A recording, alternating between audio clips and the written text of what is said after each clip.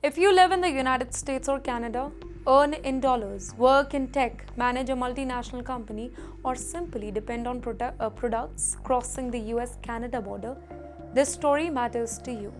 Because the world's largest economic relationship between two neighboring countries is facing another major shock. That's right. Ladies and gentlemen, Washington and Ottawa, they have failed to reach a new trade understanding, and tariffs are now back at the center of their relationship. Well, the United States has moved towards imposing a 50% tariff on around maybe $12 billion worth of Canadian goods. 50%. In the meantime, Canada has made its response absolutely clear. Their Prime Minister, Mr. Mark Carney, he has also announced that Ottawa intends to match the American action with a retaliatory duty here. Wait, let me simplify it for you.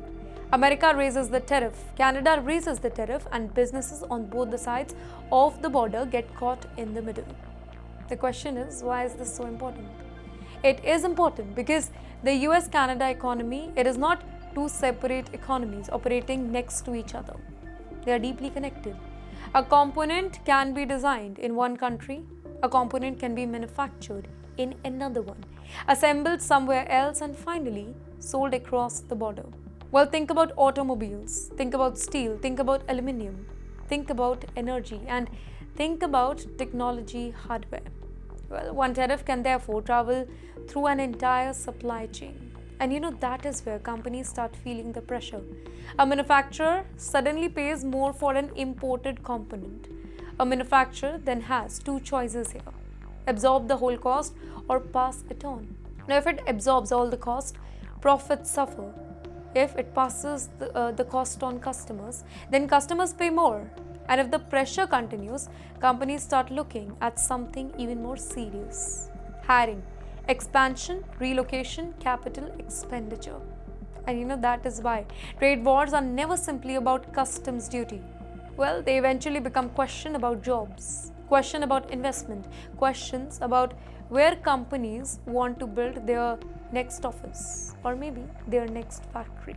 Well, for Indian origin professionals who are living in North America, there is another layer.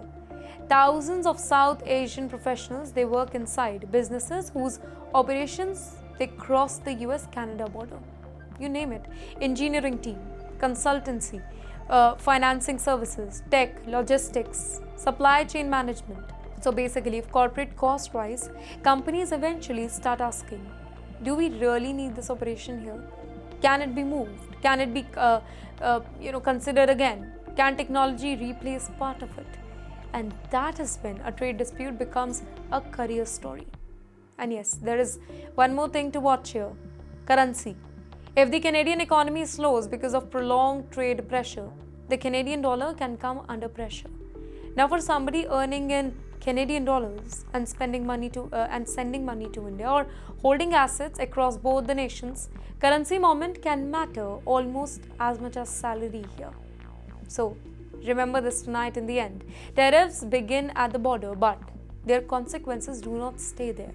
They travel into factories, into offices, salary, investment decision, and eventually into the household finances.